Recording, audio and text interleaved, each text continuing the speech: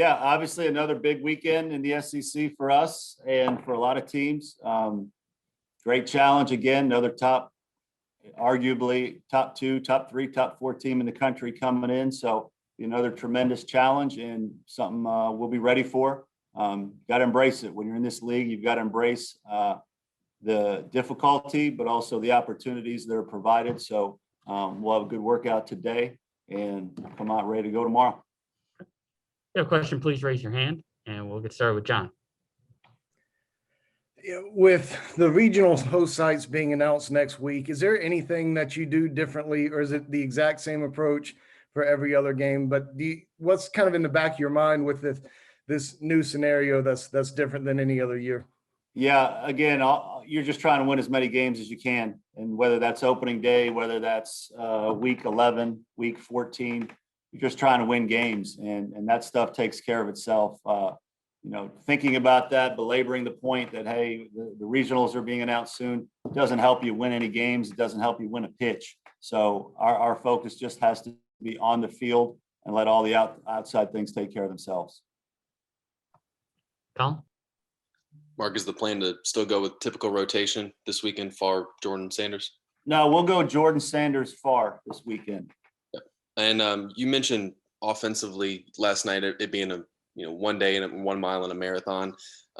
What's the approach this week been for you guys? How have you maybe changed some things up, or is it just harping and belaboring just the same points about approach and different things like that? Yeah, our approach offensively is always to hit line drives, battle with 2 strikes.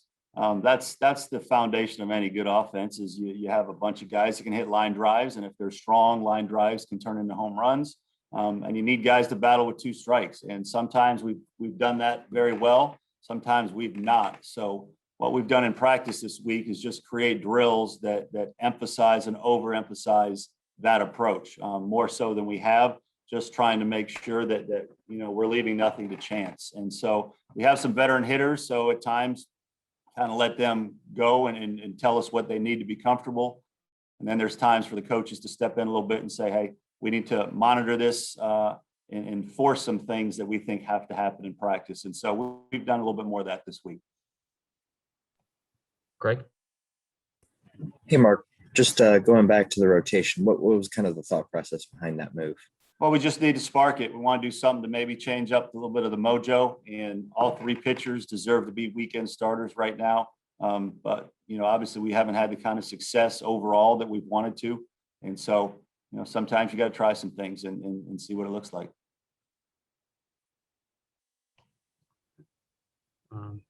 Colin?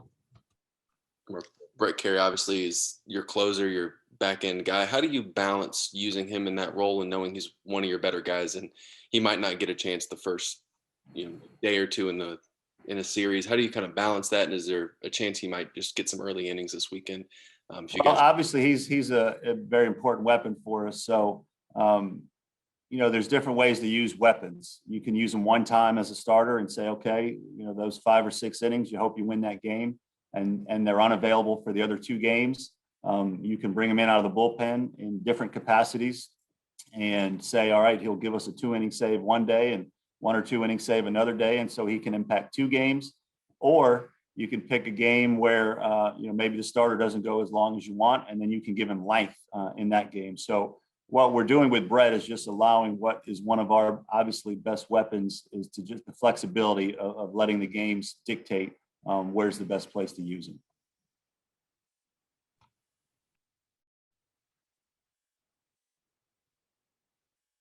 John Whittle?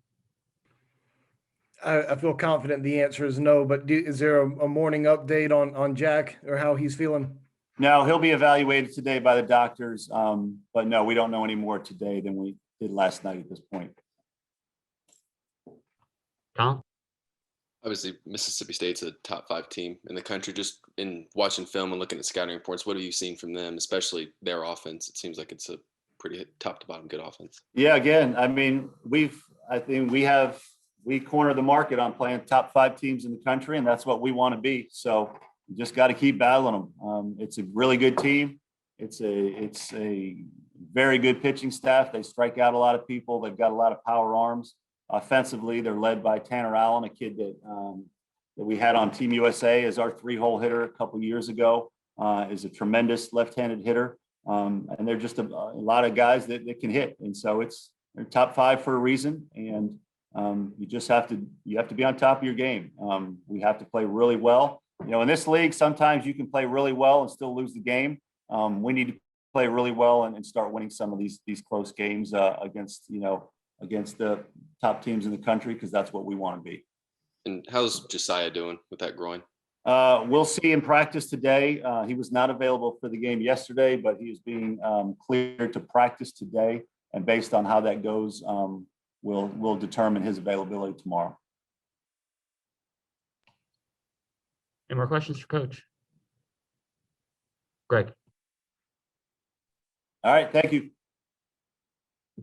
Greg's got one. Greg's got one. Okay, Sorry. got you. Sorry about Great. that. Just got one last second. This better be I a was good just- one then, Greg. Shoot. I was just going to ask.